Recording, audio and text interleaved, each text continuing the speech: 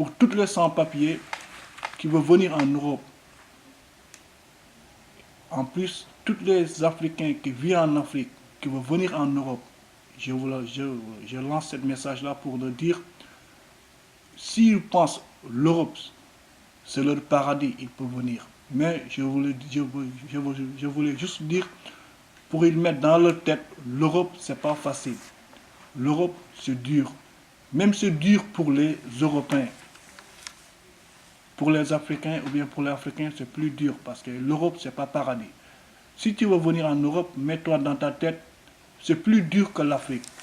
Parce que tu pars dans un autre pays, que tu vas voir toutes les réalités, toutes les choses que tu n'as pas vues dans ton pays, tu es obligé de les accepter. En plus, être sans papier, c'est dur.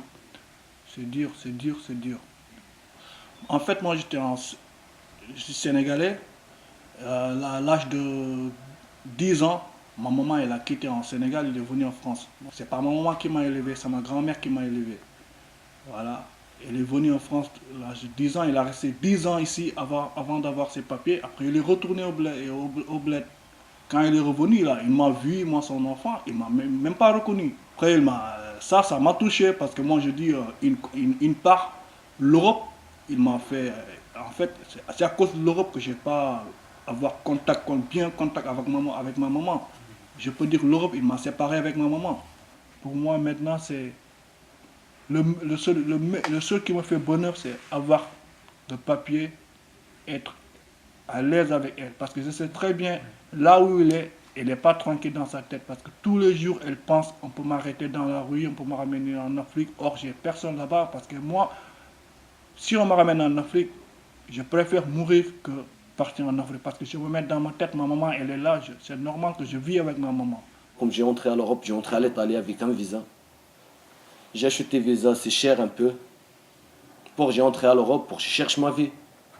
Je vendais beaucoup de choses pour j'ai acheté le visa là. Comme j'ai acheté le visa, c'est le monsieur, il dit moi, il y en a le visa, tu as acheté le visa. Après, comme tu entres à l'Italie, je trouvais les papiers avec le visa. Comme j'ai entré à l'Italie, j'ai dit, j'ai stop parole. Je n'ai pas trouvé le papier avec le visa. J'ai ce visa 6 mois. Comme tu restes. Je n'ai pas trouvé ma vie à gauche, à droite. Je cherche comme je travaille, comme les gens. Je cherche un bon vie aussi. J'ai des sous au bled, il y en a mon père au bled. Il y en a 4 soeurs, je suis moi, bon homme tout seul. C'est moi le petit. Comme je parle avec mon paro, tous les jours il pleure. Pourquoi t'as parti, t'es laissé? Mais je cherche ma vie. C'est à cause de ça, non, j'ai entré à l'Europe, à cause des pauvres. Il y en a beaucoup de pauvres au bled. Au Maroc, c'est pas comme la France. Il y en a les grands riches, mais il y en a les petits pauvres. C'est comme ça. Le 30 mai, j'ai fait 26 ans.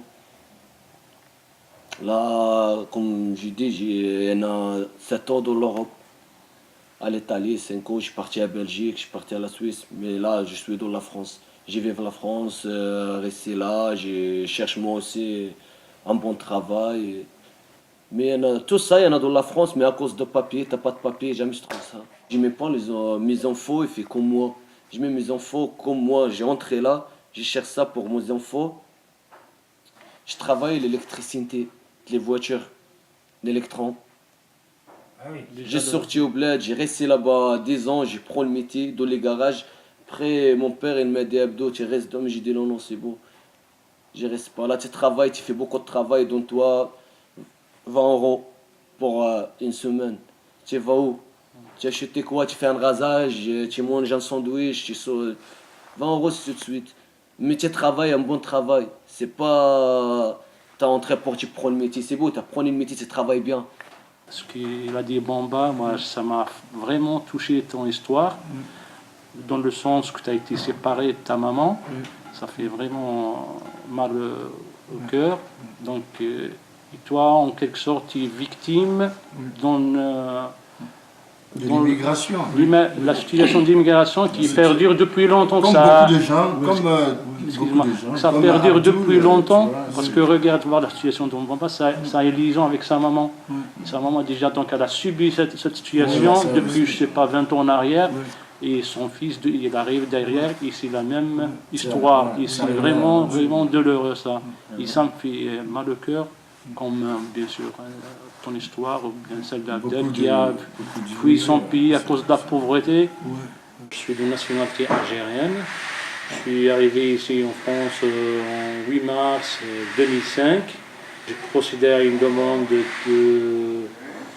demande d'asile qui a été déboutée. Et par la suite, donc j'ai subi quelques actes que je vois moi de ma propre vision que c'était un petit peu discriminatoire, chose que je n'ai pas aimé et j'ai pas cru un jour que je vais la vivre.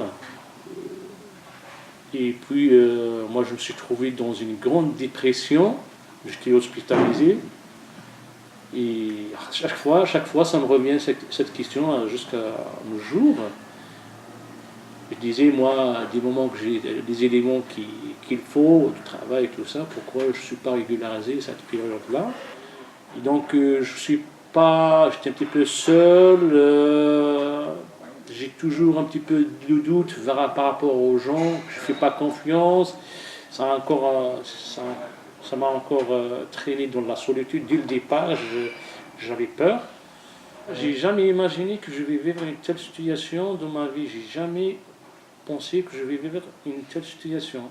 Je suis très fatigué, épuisé, et comme je vous ai dit tout à l'heure, j'ai fait une grande dépression, et des fois ça me laisse penser à faire du mal à moi-même, même la dame là que je vois que c'était elle la cause qui m'a traîné encore plus de 3 ans donc, dans cette situation. Peut-être elle croit que je la connais pas, moi je la connais pas complètement. Et chaque fois que je dis la vérité, chaque fois ça me cogite, quoi. Moi je veux bien être quelqu'un qui a une reconnaissance et que je puisse faire face à ma situation de santé et vivre comme un être humain.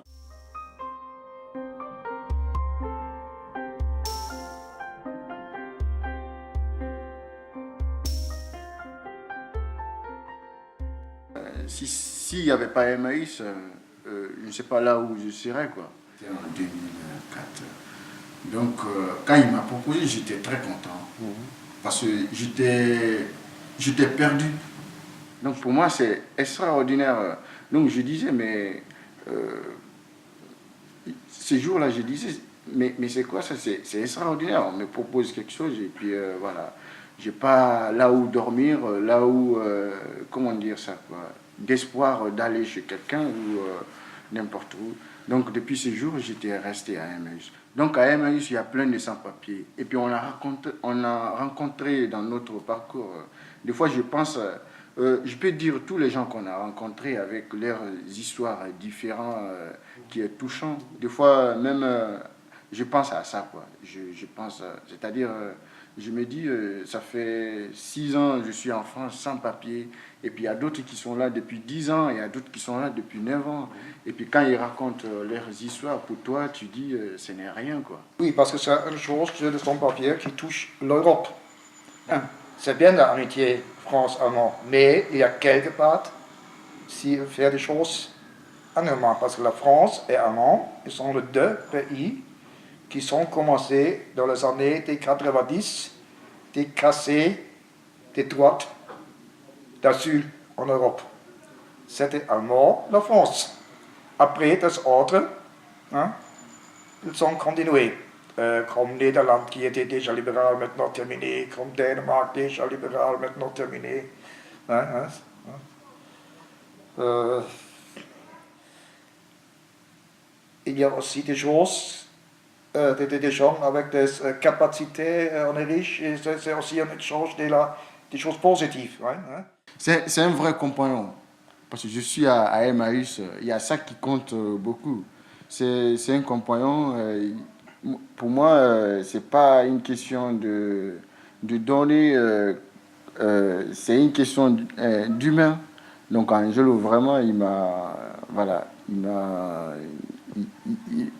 ça compte pour moi. J'ai énormément d'admiration pour Djibril parce que c'est quelqu'un qui vit beaucoup de choses et puis on a tendance à se conforter dans notre bien matériel, dans notre bien chez soi et des fois de ne pas voir un peu plus loin le bout de son nez. Et puis, il y a beaucoup de gens qui souffrent et on a tendance à oublier un peu le côté humain. Donc cette tournée m'a beaucoup rappelé ça, qu'il y a des hommes et que on ne fait pas forcément attention à eux.